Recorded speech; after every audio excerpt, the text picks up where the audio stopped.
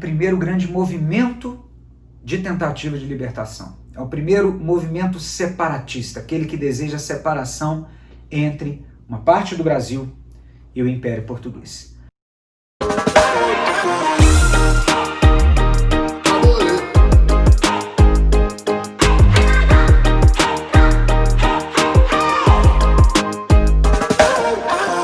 No século XVIII, então, muitas reformas nas monarquias, muitas revoluções foram observadas em diversos países europeus, mas as ideias europeias chegaram às Américas também.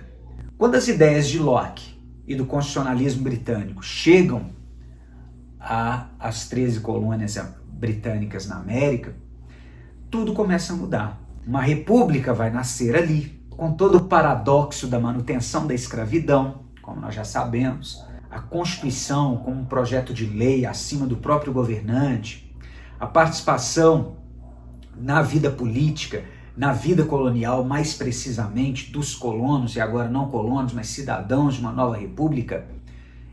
Essa ideia de se declarar uma independência ela é muito forte. No caso do Brasil, o que vai acontecer é que a produção de um cenário novo, em termos de ideias, contou muito fortemente com a construção de um cenário social novo.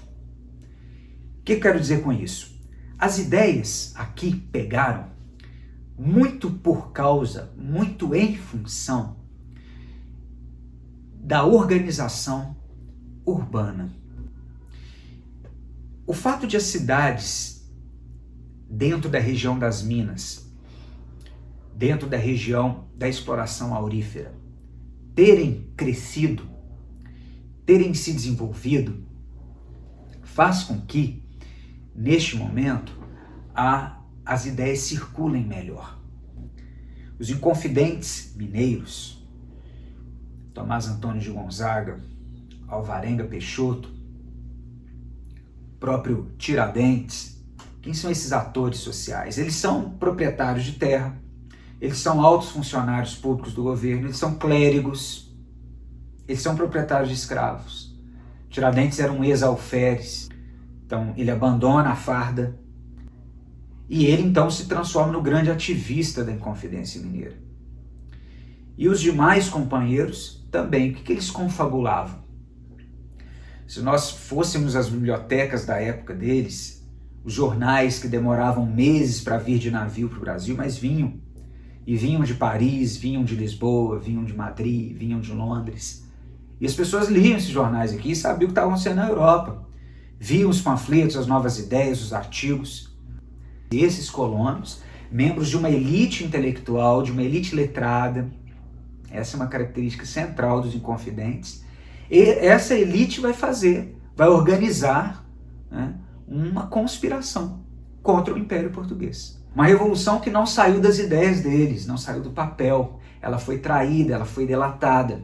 Mas essas ideias chegaram até esses colonos de uma maneira muito adaptada, muito cheia de percepções muito particulares. Porque afinal o que esses inconfidentes queriam era, antes de qualquer outra coisa, se livrar do peso da cobrança de impostos, de imensas dívidas que tinham.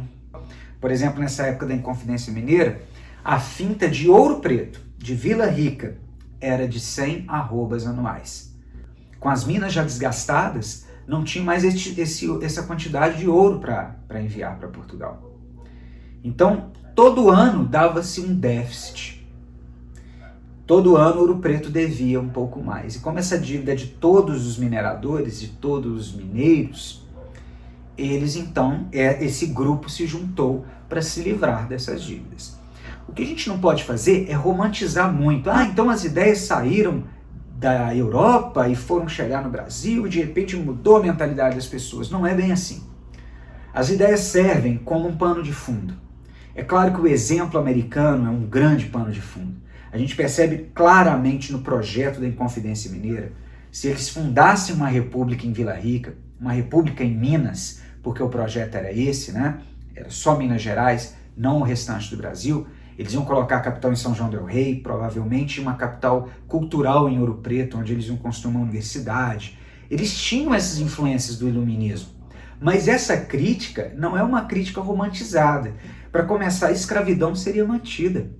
Nós estamos falando de um império colonial em que a escravidão é naturalizada. Não se fala ainda em fim da escravidão. Quer dizer, então não vamos pensar que é automático. O iluminismo chegou, vamos virar república, vamos ficar independente. Não é bem assim. Cuidado, pensar que as ideias vieram, elas se acomodam, elas são adaptadas aos locais, como é o caso, como aconteceu nos Estados Unidos, como aconteceu no Haiti, como acontece na Inconfidência Mineira. Bom, a grande influência da Inconfidência Mineira, então, é a Revolução Americana, a independência dos Estados Unidos, a formação da República dos Estados Unidos da América. Os mineiros projetavam uma república em que não se discutia a abolição da escravatura, pelo jeito e provavelmente ela seria mantida, e os inconfidentes foram delatados. Eles conspiravam e combinaram que no dia da derrama, a derrama é a cobrança de impostos atrasados. Quando a finta não era completa, as autoridades do Império vinham cobrar os impostos atrasados. E esses impostos atrasados eram pagos muitas vezes na forma de propriedade. Então as pessoas tinham seus bens confiscados, às vezes até suas casas confiscadas, porque estavam devendo. E quem devia era gente da elite de Ouro Preto. Eram pessoas importantes, pessoas de alta classe social, juízes, advogados, poetas, escritores, funcionários públicos, clérigos, proprietários de terra, proprietários de minas, escravocratas. Então essas pessoas vão ser todas autuadas na derrama.